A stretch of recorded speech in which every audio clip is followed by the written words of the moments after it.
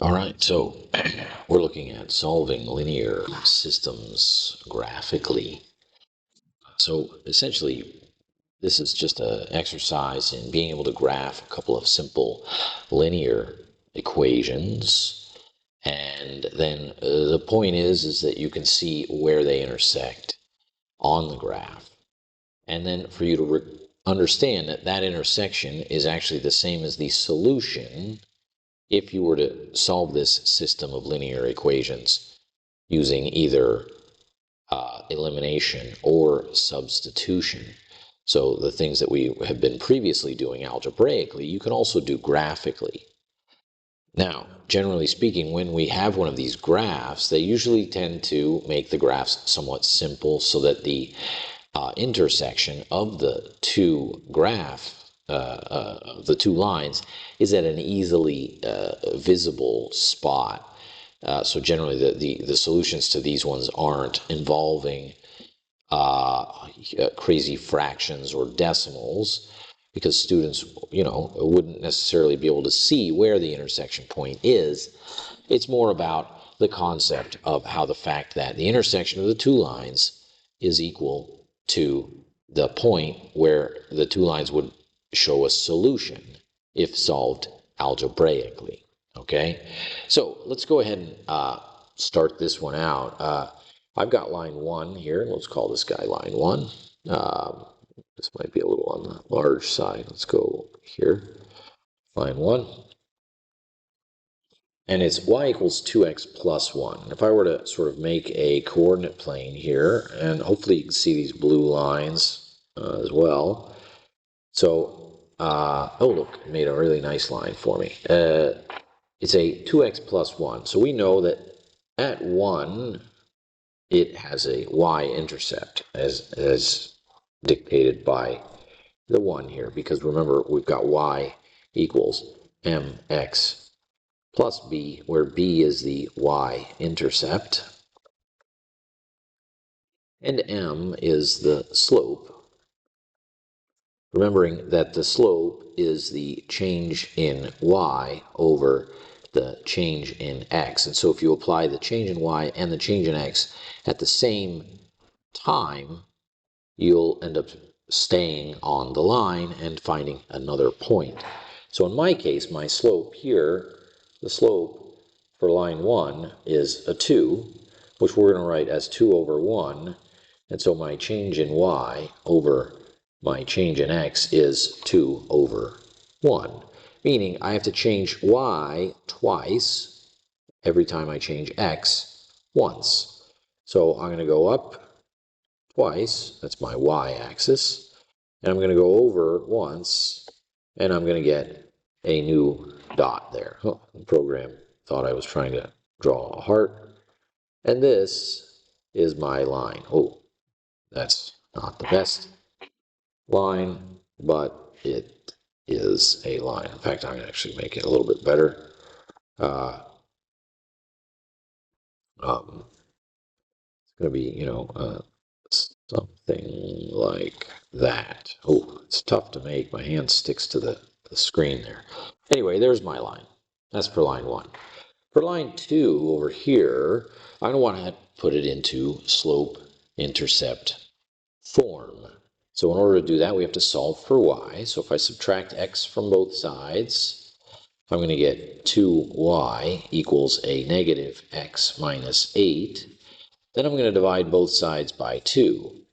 Simplifying it, I get y equals a negative x over 2 minus 4, because 8 divided by 2 is 4, and x divided by 2 is just x over 2. Now, a lot of people would rewrite it like this: a negative 1/2 x minus 4. Okay? Why am I doing it like that? Well, because now this I know is my y-intercept of negative 4. So maybe I'll make this line in a slightly different color. Let's choose like a pink. So 1, 2, 3, 4. There's my y-intercept at negative 4. Okay. And let's see, this also could be a bit on the large side. There we go. And then my slope here, this is my y-intercept, my slope here is -1/2.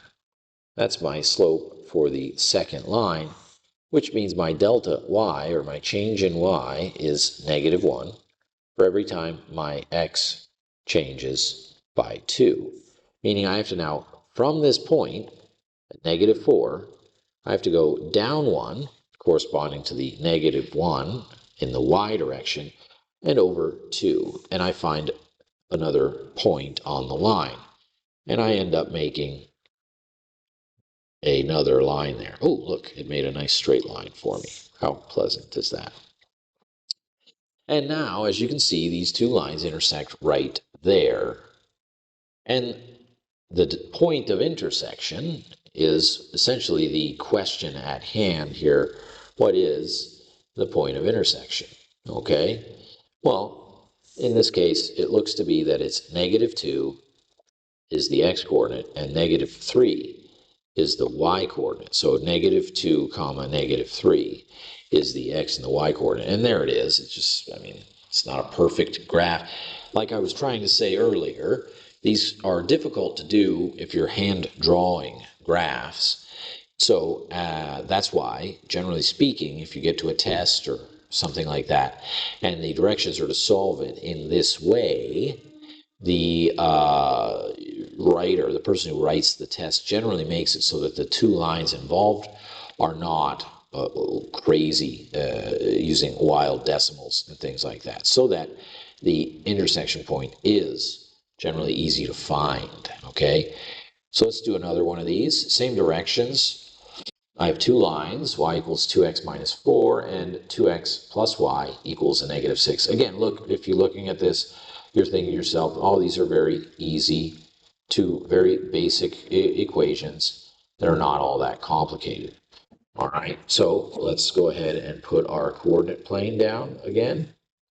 Okay, and let's see if we can draw a nice line. Oh, look, seems like it draws the horizontal lines for me, but not the vertical lines. Anyway, so this one, again, is already set up. This is a slope of 2. So my delta y over my delta x is going to be 2 over 1, and a intercept of -4. So 1, 2, 3, 4, meaning my go up 2 for a vertical position, change in position of 2, and the horizontal change in position of 1, and I have another point right there, and I make my line like this. Whoa. Oh, look at that. It made a nice straight line for me. Nice job. Now, I'll switch over to pink, and we'll look at this line here. Again, we're going to have to solve for y. So I get y equals a -2x minus 6. Why do I solve for y? Remember, we want to get into intercept, slope-intercept form. So in this case, my slope is -2 over 1, meaning my change in y is -2, and my change in x is 1. My intercept here is -6, so I'm going to come down to -6, put my intercept, and then I'm going to go down 2, so that would be down 2 to here at -7, -8, and then I'm going to go over 1 like this, and I end up having a line that goes sort of like this. And there we have it. There's our intercept. We'll put that in green. This looks to be at y-coordinate of -5, because I'm -1, -2, -3, -4, -5. But my x-coordinate actually looks to be halfway between -1 and 0, which would be -1/2. So I'm going to go with an x-coordinate of -1/2 and a y-coordinate of -5 for this one here. Okay, so there we have it. Solving linear systems graphically.